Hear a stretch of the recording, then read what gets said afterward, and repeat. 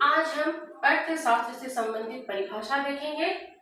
यद्यपि अर्थशास्त्र की अनेक परिभाषाएं हैं, लेकिन इसको हम मुख्यतः दो भागों में बांटकर देख सकते हैं। भारतीय अर्थशास्त्रियों द्वारा दिया गया परिभाषा और पाश्चात्य अर्थशास्त्रियों द्वारा दी गई परिभाषा। सबसे पहले हम देखेंगे भारतीय अर्थशास्त्रियों द्वारा दी गई परिभाषाएं। महाभारत में अर्जुन को अर्थशास्त्र का ज्ञाता कहा गया है, जिसका प्रमाण अन्य पुराणों में भी इसका वर्णन मिलता है। वहीं शुक्राचार्य, जिन्हें आर्थिक विचारों का पितामह भी कहा जाता है, इनके अनुसार अर्थशास्त्र राज्य शासन से संबंधित है, जिसका मुख्य उद्देश्य ही प्रजा का पालन करना है। अर्थात धन ही समाज की रीढ़ है और बिना अर्थ के धर्म और नीति नहीं टिक सकते। चौथी शताब्दी ईसा पूर्व में कौटिल्य ने, चंद्रगुप्त मौर्य के शासनकाल में थे कौटिल्य, चाणक्य के द्वारा लिखा गया बुक अर्थशास्त्र, जिनमें उन्होंने बताया कि अर्थ ही धर्म और काम का आधार है, जिसमें उन्होंने बताया कि मानव व्यवहार और जीविका को ही अर्थ माना है, अर्थात राज्य का मुख्य उद्देश्य ही प्रजा की आर्थिक समृद्धि है। वहीं भास्कराचार्य 12वीं शताब्दी में लीलावती और बीजगणित नामक बुक लिखा, जिसमें उन्होंने बताया कि आर्थिक गणना को अर्थशास्त्र में शामिल करना बेहद जरूरी है। उन्होंने बताया कि संसाधनों को हमें संख्यात्मक विश्लेषण से जोड़ना चाहिए।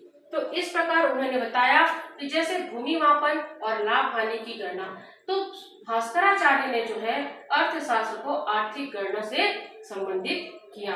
राधा कमल मुखर्जी ने अर्थशास्त्र को बताया कि अर्थशास्त्र केवल धन से संबंधित नहीं है, केवल धन का अध्ययन नहीं है, बल्कि यह मानव कल्याण का विज्ञान है, जो भौतिक आवश्यकताओं की पूर्ति के लिए साधनों का उपयोग का अध्ययन करता है। तो इस प्रकार से उन्होंने बताया कि भाई हमें सिर्फ धन के ऊपर ध्यान नहीं देना है, बल्कि साथ में गरीबी, शिक्षा, स्वास्थ्य में निवेश करने से जो है समाज के विकास को बढ़ावा मिलेगा। इस प्रकार से आगे हम देखें डॉक्टर डी.आर. गाडगिल आधुनिक अर्थशास्त्री थे, जिन्होंने अर्थशास्त्र को विकास और नियोजन से जोड़ा। उन्होंने बताया कि योजनाबद्ध तरीके से सीमित संसाधनों का उपयोग किया जाए तो समाज के विकास को बढ़ावा मिलेगा। उन्होंने बताया कि पंचवर्षीय योजना और ग्रामीण विकास, इकोनॉमी के विकास के लिए विकास और नियोजन से जोड़ा। वहीं अर्थशास्त्री अमर्त्य सेन, जिसे नोबेल पुरस्कार भी मिला था वेलफेयर इकोनॉमी के लिए, उन्होंने बताया अर्थशास्त्र को मानव स्वतंत्रता और क्षमताओं के विस्तार तक उन्होंने अर्थशास्त्र को आगे बढ़ाया।